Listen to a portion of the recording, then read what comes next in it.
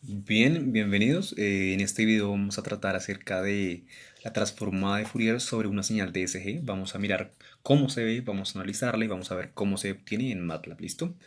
Entonces, listo. Esta primera parte ya la tratamos en el video anterior de cómo cargar una señal, de dónde la saqué, quitar el componente DC, hacer el vector de tiempo. Entonces, si no saben esto o tienen curiosidad de ir a verlo, pues vayan al video anterior y encontrar cómo hacer esta parte.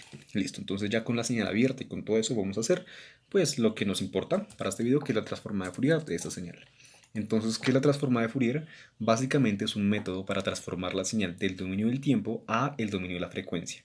Esto es útil porque el dominio de la frecuencia nos permite ver características que de por sí no se pueden ver con claridad en el dominio del tiempo. Entonces, para esto, MATLAB tiene una función que es FFT, que lo que hace es que hace la transformada rápida de Fourier para una señal discreta. Entonces, todas las señales fisiológicas que nosotros obtengamos de dispositivos y por el estilo siempre van a ser discretas, ¿listo? Entonces, esta señal de DSG es una señal de DSG en el dominio del tiempo, va de 0 a 4 segundos, tiene una amplitud de menos 1 a 6 milivoltios. Como pueden ver, ya está centrada más o menos en cero, por lo tanto ya reducimos significativamente el componente DC. Y ahora vamos a hacer la transformada de Fourier. Entonces, F va a ser igual a FFT de la señal de DSG.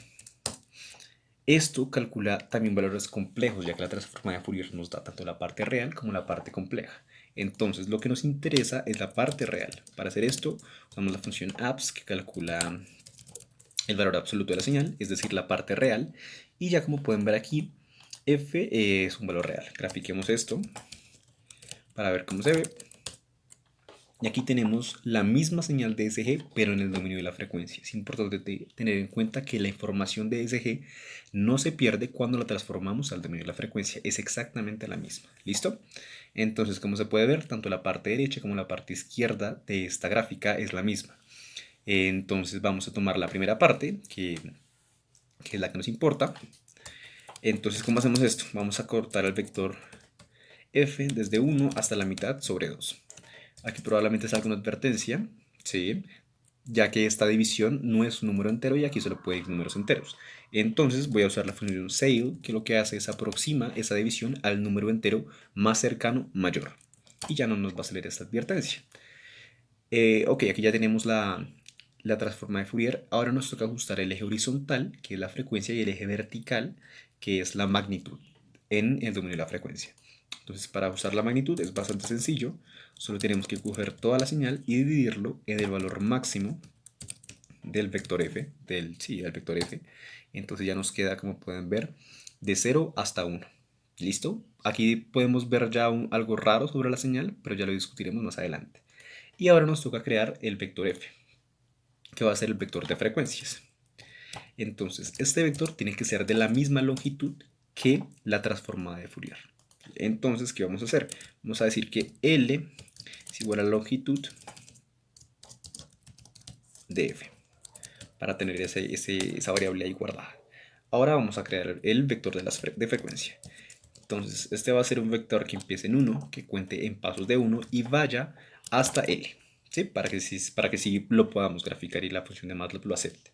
Y esto lo multiplicamos por la frecuencia de Nyquist, que es la frecuencia de muestreo sobre 2. ¿Qué es la frecuencia de Nyquist? Digamos que yo hago yo tomo datos de un SG, pero lo hago con una frecuencia de 250 Hz. La frecuencia de Nyquist me dice, y el teorema de Nyquist me dice que la máxima frecuencia que yo puedo visualizar después de hacer la transformada de Fourier es de la frecuencia de muestreo sobre 2, es decir, de 125 Hz. ¿Ok? Entonces cojo la frecuencia de Nyquist y esto lo divido sobre n. ¿Por qué? Pues porque estoy distribuyendo todo este valor de frecuencia en todos los posibles, en la longitud, perdón, en la longitud de, eh, de todos los valores de la transformada de Fourier y gráfico. ¿Listo? Entonces, como pueden ver aquí la frecuencia, la información va solamente de 0 a 125 Hz y tenemos un pico aquí en 60 Hz. Déjenme un momento, arreglo esto. Frecuencia en Hz. Hacer la magnitud normalizada. Y vamos a definir aquí de título la señal DSG en frecuencia. Frecuencia. Listo. Ya tenemos aquí nuestra transformada de Fourier sobre la señal DSG. Tiene sentido que esté bien porque esta frecuencia de los 60 Hz es bastante común en muchos dispositivos.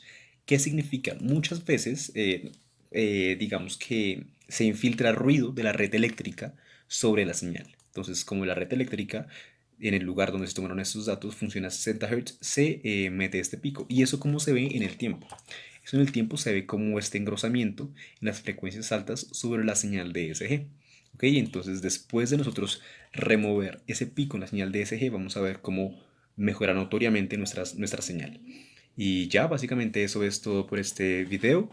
Y en el siguiente vamos a ver pues cómo hacer filtros para quitar este pico en la frecuencia de 60 Hz y también cómo pues hacer filtrados en frecuencias bajas.